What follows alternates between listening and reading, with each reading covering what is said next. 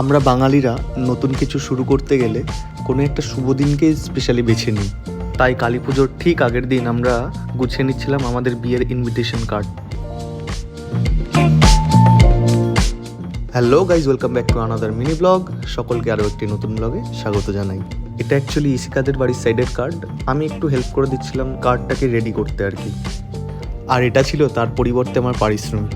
এত খাবার, বড় সড়ো শপিং মোটামুটি ডান। ছোটোখাটো টুকটাক যেগুলো বাকি আছে সেগুলোর জন্যই বেরিয়েছিলাম সেদিন। ফার্স্টেই চলে গেছিলাম বর্ধমানে স্ট্রিট লেদার্সে বিয়ের দিন পরার জুতোটা কেনার জন্য। তারপর আর কি শপিং শেষ করে সোজা চলে গেলাম এশিকার প্রেফার করা একটা কোজি ক্যাফেতে। আর এটা ছিল সেদিন ওনার বার্থডে ট্রিট। আর ফার্স্টেই অর্ডার করেছিলাম আমরা একটা পিৎজা।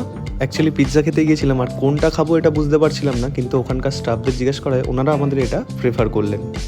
ফাইনাল টাচ আপ চলছিল এখন। ম্যাডাম আমার জন্য রেডি করছিলেন পিৎজাটি সুন্দর করে, আর আমিও একটু ফুটেজ খাওয়ার জন্য ফাইনাল টাচ আপটা দিয়ে দিলাম আর কি।